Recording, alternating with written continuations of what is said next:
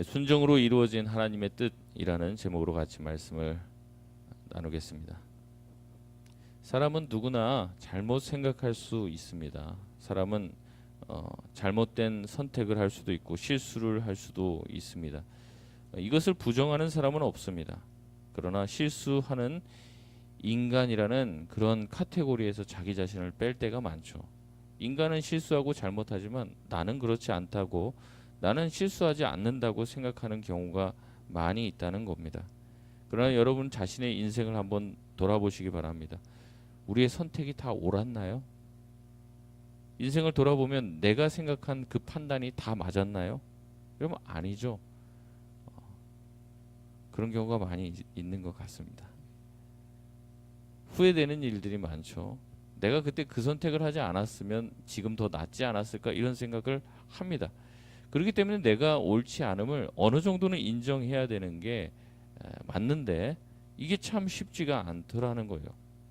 여러분, 이것은 신앙의 영역에서도 마찬가지입니다. 오늘 본문은 뭐가 옳고 그른지 내가 판단하는 것이 다 옳다고 생각하는 그것에 대해서 아닐 수 있음을 보여주며, 우리가 하나님의 말씀에 순종하는 것이 내 생각보다 더 중요하다는 것을 말하고 있습니다. 오늘 본문 1절 말씀에 보면 고넬료라는 사람이 나오는데 이 사람에 대한 소개가 나옵니다. 고넬료는 어떤 사람입니까? 가이사랴에 살고 있고 이달리아 부대의 백부장이었다고 하죠. 우리가 가이사랴라고 하는 말을 들으면 친숙합니다. 베드로가 주는 그리스도시요 살아계신 하나님의 아들이라고 고백했던 것이 가이사랴 빌립보이기 때문에 그렇죠. 근데 이 가이사랴 빌립보랑 가이사랴는 달라요. 이 가이사는 시저를 얘기하는 겁니다. 로마의 황제 시저. 그렇기 때문에 가이사랴라고 하는 지역과 가이사랴를 본따서 만든 가이사랴 빌립보는 좀 다르죠.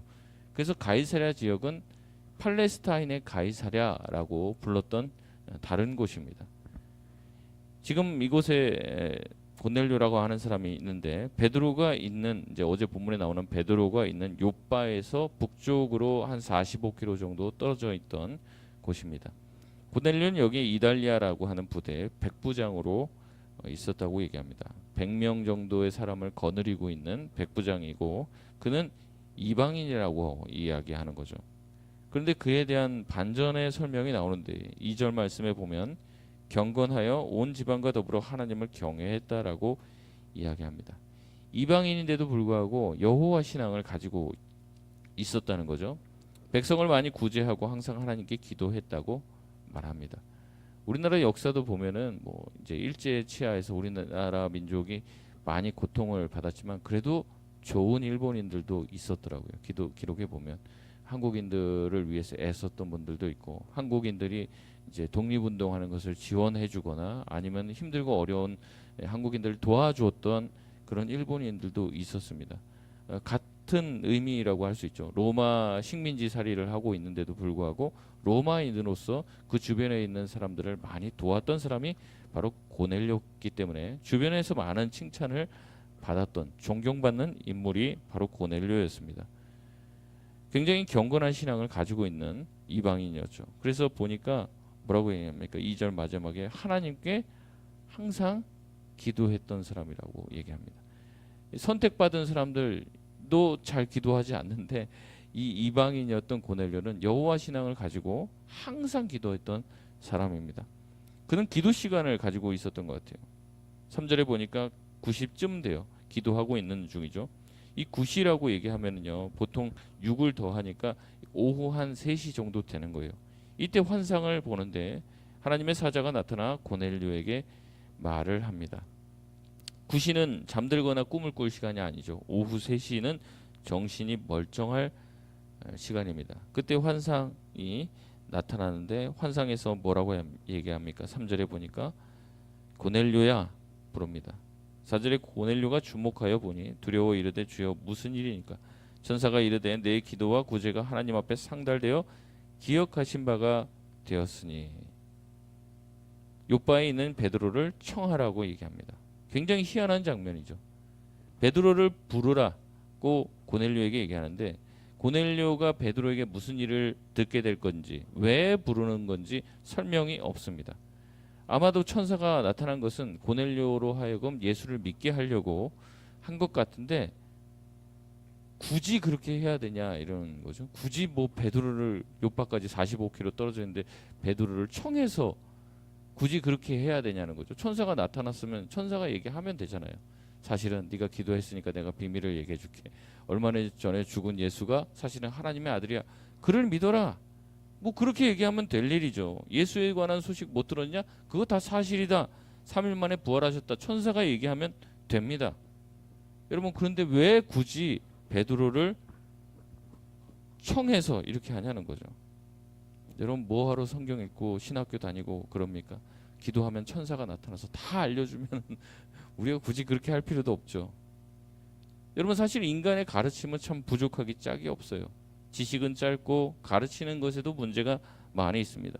그냥 천사가 가르쳐주면 안 될까요? 기도하면 하나님이 직통계시로 우리한테 알려주면 안 될까요? 뭐가 그렇게 번거롭게 누구를 시키고 가서 데리고 와야 되고 번거로운 그런 과정을 거치냐는 거죠.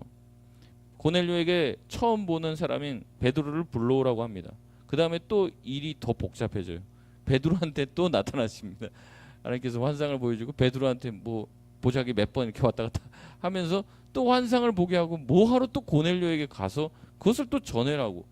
이 손이 많이 가는 일을 지금 하나님이 하시는 거예요. 하나님 왜 그렇게 하실까요? 다시 얘기하겠습니다. 여러분 하나님께서 천사를 보내서 직접 복음을 전할 수 있을까요? 없을까요? 있죠. 여러분 그런데 하나님이 그렇게 하지 않은 이유는 하나님은 항상 사람과 함께 동역하기를 원하시기 때문에 그렇습니다.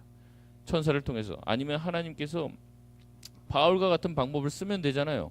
강력한 빛과 함께 고넬료야 나는 네가 핍박하는 예수라 그러면서 회심시킬 수도 있잖아요. 근데 그런 방법을 쓰지 않는단 말이죠. 가서 굳이 베드로를 만나라고 얘기하고 베드로를 청하여 네 가족들이 그 베드로가 하는 말을 들으라고 이야기합니다. 사도 바울이 예수님을 만났을 때도 마찬가지입니다. 하나님께서는 바울에게 아나니아를 찾아가라고 말씀하십니다. 또 바나바를 통해 예수님의 제자들과 함께 교제할 수 있도록 하셨죠. 이런 방법도 마찬가지죠. 뭐 예수님의 제자들한테 사실 바울은 내가 회심시켰다 가서 사이좋게 지내라 이러면 되는데 굳이 바나바를 붙여주냐 이 말입니다. 이 모든 것은 하나님께서 사람과 동역하기를 즐거워하시고 불편하겠지만은 효율성을 따지지 않고 하나님께서는 그 관계를 중요하게 생각하시기 때문에 그렇습니다. 바나바와 바울 또 예수님의 제자들 그리고 바울과 또 이 아나니아 그리고 그 다메섹에 있는 예수 믿는 공동체들이 다 연결되길 바라셨다는 거예요. 신앙은 홀로가 아닙니다. 예수 믿는 사람들끼리 하나 되고 또 부족하지만 전달하는 것도 부족하고 뭐가 다 부족하지만 지금도 이렇게 인간 목사를 세워서 물론 저 때문에 시험 들 일도 많으시겠지만 하나님께서 하나님의 말씀을 전하게 하시는 거죠. 굳이 하나님이 직접 하셔도 되는 일을 사람을 세워 그 일을 하신다는 거죠. 여러분 우리도 마찬가지입니다. 하나님께서 직접 우리에게 가르치시면 되는데 뭐하러 구역장을 세우고 전도회장 세우시고 하나님이 하시면 더 잘할 거 아니에요. 하나님이 천사 보내셔서 직접 목양하시면 훨씬 더 금방 부흥되고 구역이 새로워질 텐데 뭐하러 그렇게 하냐는 거죠. 우리는 부족합니다. 그러나 하나님께서는 우리를 세우고 그 과정을 통해서 우리를 자라고 변화시키길 원하십니다. 하나님의 방법을 우리가 다 이해할 수는 없지만 그것이 하나님께서 교회를 세워 나가는 방법이고 우리를 변화시키려고 하시는 방법입니다. 부족하지만 사람을 세우는 거예요. 부족하지만 그 사람을 세우고 그 사람을 그 자리에 세워 훈련시키시고 그 가운데 하나님의 마음과 하나님의 뜻을 알게 하시고 사람과 동역하심으로 교회를 세워 나가야 된다는 거죠. 그렇기 때문에 우리는 하나님에 대해서 하나님의 방법에 대해서 어떻게 해야 되냐면 순종하는 마음을 가지고 있어야 됩니다. 막 묻고 따지고 하는 게 그렇게 좋은 생각은 아니에요. 히브리서 13장 17절에 보면 이렇게 말합니다. 너희를 인도하는 자들에게 순종하고 복종하라. 그들은 너희 영혼을 위하여 경성하기를 자신들이 청산할 것인 것 같이 하느니라. 그들로 하여금 즐거움으로 이것을 하게 하고 근심으로 하게 하지 말라. 그렇지 않으면 너희에게 유익이 없느니라. 아멘. 우리를 인도하는 사람들에게 기본적으로 복종하고 순종하려고 하는 태도를 가지고 있어야 된다는 거죠. 하나님이 그들을 세웠기 때문에 너희 영혼을 위해서 기도하고 애쓰고 경성하는 그 사람들을 슬픔과 힘들고 어려움 가운데 그 일을 하게 하는 게 아니라 기쁨과 자원함과 즐거움으로 할 수 있도록 도우라는 겁니다. 그렇지 않고 그들이 근심 가운데 그 일을 하게 되면은 아무 유익이 없다는 거죠. 세 번역으로 보면은 훨씬 더 다가옵니다.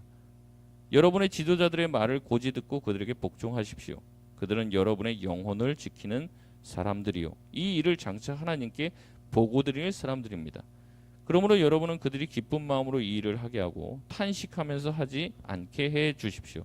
그들이 탄식하면서 일하는 것은 여러분에게 유익이 되지 못합니다. 복종이라는 말이 우리에게 참 부담스러운 말이지만 복종이야말로, 순종이야말로 인간의 본성을 거스르는 겁니다. 우리는 기본적으로 뭔가를 내 뜻과 내 생각대로 하려고 하지 남의 말을 듣는 거에 익숙하지 않아요. 그러나 하나님은 계속해서 지속적으로 이스라엘 백성들과 하나님의 백성들에게 말합니다. 네 생각보다는 내 뜻에 네가 굽히길 바란다. 이것이 바로 신앙의 가장 중요한 덕목이고 가치입니다. 제가 말씀드리지만 목사에게 순종하라는 말씀이 아니에요. 하나님께 순종해야 되고 하나님께 순종하는 발로로서 영적 지도자들에게 순종하고 복종하려고 하는 태도와 방향을 가지고 있어야 합니다. 물론 말도 안 되는 말에 순종하라는 이야기는 아닙니다. 잘못된 지도자들이 얼마나 많습니까? 내가 이해가 안 가고 내가 뭐 납득이 안 되고 수긍이 안 되면 분명히 물어야 되는 거죠. 근데 물어봤을 때 그 이유가 합당하다면 내가 다 이해가 안 되고 납득이 안 돼도 기본적으로 내 관점이 아니라 하나님이 그렇게 하시려고 하시는 원대한 뜻이 있다는 것을 알고 순종하려고 해야 한다는 겁니다. 오늘 아까 방금 읽었던 히브리서 말씀처럼 결국에 마지막에 이 사람들이 자기가 영적 지도자로서 하나님께서 목양의 사역을 맡겨놓은 그 일에 대해서 누가 캐묻는다는 거예요? 하나님이 물으신다는 거죠. 하나님이 심판대 앞에서 그 사람에게 청구권을 행사한다는 거예요. 내 양을 맡겼는데 너 뭐 했냐? 너 어떻게 했냐? 그거 책임을 물으신다는 거예요. 그래서 영적 이 지도자들은 자기가 했던 모든 사역과 헌신에 대해서 하나님께 보고한다는 거죠. 그리고 하나님은 하나하나 다 따져 묻는다는 거예요. 여러분이 안 따져도 하나님이 다 따지신다는 거죠. 그것을 깨어서 그러니까 영적 지도자들도 정신을 차리고 있어야 돼요. 자기가 게으르고 자기가 대충하고 자기가 어떤 악한 마음을 가지고 했던 모든 것들은 반드시 하나님 앞에서 심판받게 될 날이 온다는 겁니다. 그렇기 때문에 우리는 어떤 태도를 가지고 있어야 됩니까? 권위에 기본적으로는 순종하고 자꾸 들이받고 자기가 가지고 있는 생각을 내세우고 무엇이 합리적이고 똑똑한 것인지를 자꾸 내세우려고 하기보다 하나님의 뜻을 이루려고 물어야 되는 거예요. 하나님이 좀 이게 뭐가 안 맞더라도 뭐하러 이렇게 하지? 그래도 기본적으로 그것이 좋은 방향 쪽으로 가고 있다면 내 의지와 내 뜻을 꺾어야 된다는 거죠. 근데 이게 굉장히 어려운 일이라는 거예요. 어쨌든 고넬료는 환상을 보고 경건하고 믿을 만한 사람을 욥바로 보내어 하나님의 말씀에 순종을 합니다. 그러니까 이게 고넬료 입장에서도 이해가 안 가는 거예요. 근데 이제 고넬료가 어쨌든 순종을 했기 때문에 베드로를 만날 수 있게 됩니다. 욥바로 가는 길은 45km 정도입니다. 보통 그 당시에 45km 정도 되면 이제 편도가 하루가 걸리는 거예요. 구절의 이튿날 그들이 욥바에 가까이 갔을 때 베드로가 기도하러 지붕에 올라가는 시기였다라는 거죠. 6시라고 얘기하니까 아마 정오 정도 되었을 것입니다. 12시 정도 되면은 보통 그 시계보다 우리 배꼽 시계가 더 잘 알려주죠. 밥 먹으러 갈 때가 됐다. 마침 그때 10절에 사람들이 식사 준비를 하고 있는데 라고 나옵니다. 지금 먹을 것에 대한 관심이 지금 생기고 있는 거죠. 11절에 환상이 펼쳐집니다. 하늘이 열리고 한 그릇이 내려오는데 12절에 그 안에 땅에 있는 각종 네발 달린 짐승과 기는 것과 공중에 나는 것을 보게 되죠. 13절에 하늘에서 소리가 들립니다. 베드로야 일어나 잡아 먹으라. 우리 집사님들 같으면 네 하고 잡아 드셨을 텐데 베드로는 배가 고팠지만 이렇게 대답을 합니다. 14절 말씀 같이 읽겠습니다. 시작. 베드로가 이르되 주여 그럴 수 없나이다. 속되고 깨끗하지 아니한 것을 내가 결코 먹지 아니하였나이다 한데. 아멘. 베드로의 말은 간단합니다. 더럽다는 것이죠. 유대인에게는 음식법, 이 코쉐르라고 하는 음식법이 있는데 레위기 11장, 신명기 14장에 정결한 음식과 부정한 음식이 나옵니다. 정결한 동물과 부정한 동물이 나와 구별지어 먹을 수 있는 것과 먹을 수 없는 것이 있는 것이죠. 그런데 이방인에게는 이런 규율이 없습니다. 그러니까 유대인은 이방인과 함께 식사하면 부정해지는 것이죠. 그런데 베드로에게는 이런 부정한 음식을 먹으라는 명령이 하늘에서 내려진 거예요. 당연히 베드로는 부정한 음식이기 때문에 내가 먹지 않겠습니다 라고 얘기합니다. 그러자 하나님께서 다시 말씀을 하십니다. 15절 말씀입니다. 시작. 또 두 번째 소리가 있으되 하나님께서 깨끗하게 하신 것을 내가 속되다 하지 말라 하더라. 아멘. 16절에 보면 이런 일이 3번이나 동일하게 있었다고 얘기합니다. 이것은 단순히 베드로를 향한 어떤 질문이 아니에요. 명령이죠. 명령의 반복입니다. 2번 반복해도 이것은 엄중한 명령인데 3번 반복하면 반드시 하나님께서 순종하려고 하는 어떤 뜻이 있었음을 보여주는 것이죠. 여러분, 그런데 사실 베드로는요 이미 많은 경계를 지금 넘어선 사람이에요. 베드로가 있는 곳이 지금 욥바의 누구 집입니까? 무두장이 시몬의 집입니다. 무두장이가 뭐 하는 사람입니까? 이제 가죽을 가공하는 사람이죠. 유대인들은 죽은 시체를 부정하게 생각합니다. 그렇기 때문에 도살자라든지 어떤 무두장이들 자체는 굉장히 부정하다고 생각을 하고 그들은 항상 공동체와 이제 구별되어서 있었습니다. 항상 시체를 만져야 되고 부정한 것을 만져야 되고 피를 흘려야 되는 그런 직업이었기 때문에 그들과 접촉하면 자신들도 부정하게 되어서 배척하고 멀리 했죠. 특별히 이 무두장이 시몬이 바닷가에 사는 이유는 그렇게 공동체 안에 살 수 없어서 바깥으로 나와 있는지 모릅니다. 그런데 베드로는 이 무두장이 시몬의 집에서 여러 날을 유숙했다고 해요. 정통 유대인인 베드로는 사실은 무두장이 집에 같이 있어서는 안 됩니다. 왜냐하면 그 부정이 자기에게 옮겨오기 때문에. 그럼에도 불구하고 베드로가 무두장이 집에 있을 수 있었던 이유는 이미 자기가 복음을 깨달았기 때문에 내가 가지고 있는 이 정결과 부정은 율법을 지켜서 되는 게 아니라 예수 그리스도를 믿음으로 내가 정결하게 되고 그런 부정의 영향을 받지 않는다는 것을 이미 신학적으로는 자기가 받아들였는지도 몰라요. 그런데 베드로에게 있어서도 넘지 못하는 벽이 있었는데 그게 뭐냐면 이방인입니다. 이방인. 그러니까 무두장이 유대인 무두장이까지는 자기가 갈 수 있어요. 근데 이방인은 못 가는 거예요. 이방인은 아니지. 이렇게 생각을 했던 것이죠. 하나님께서는 이방인에게 복음을 전해야 되는 시점에 베드로가 가지고 있는 편견을 제거하기를 원하셨습니다. 땅 끝까지 이르러 복음을 전하라고 했잖아요. 사마리아까지는 오케이. 사마리아는 그래도 유대인의 피도 섞여 있고 그래 무두장이도 뭐 유대인이고 뭐 그 정도는 뭐 내가 감당할 수 있지. 왜냐하면 땅 끝까지면 반드시 누가 포함되는 거예요. 이방인이 포함되어 있단 말이잖아요. 예루살렘과 온 유대와 사마리아와 땅 끝까지 이르러 내 복음의 증인이 되라. 오르는 게 아니에요. 근데 아직 이방인은 아니지. 이거를 못 벗어나는 거예요. 자기 민족적인 어떤 그 개념은 벗어나지 못하고 있는 거죠. 베드로는 이미 예수님께 말씀을 들었습니다.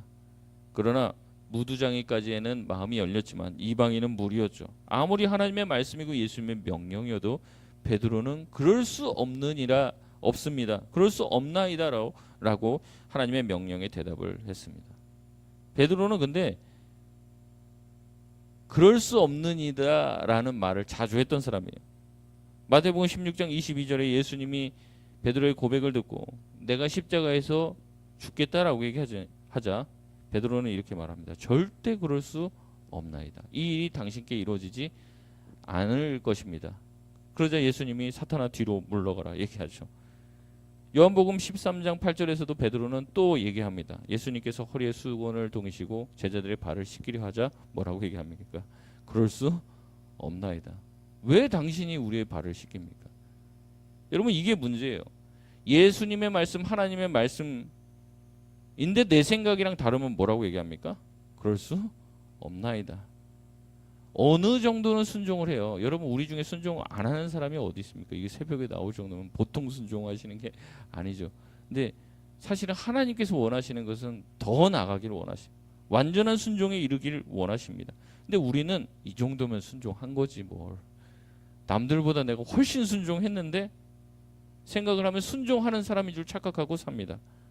무두장이를 품었으니 이 정도는 됐지. 사마리아를 품었으니 이 정도는 됐지라고 생각하는 사람. 굉장히 품이 넓은 거죠. 근데 하나님이 바라시는 건 그게 아니었습니다. 모든 민족을 품길 원하시는 거죠. 제가 군대에 있을 때 저희 연대장님이 이제 불교 신자가 왔는데 이제 목사님이 굉장히 고초를 많이 겪으셨어요. 군대에 있었던 목사님. 근데 이제 제가 그 목사님이랑 같이 있으면서 그분 뭐 흉보려고 하는 것보다 그분이 계속 그 연대장 때문에 너무 시달리니까 막 망신을 막 주는 거예요. 뭐 알아? 뭐 목사님이라고도 안 불러요. 군종장교 뭐 알아? 뭐 이런 식으로 하니까 굉장히 불쾌한 거죠.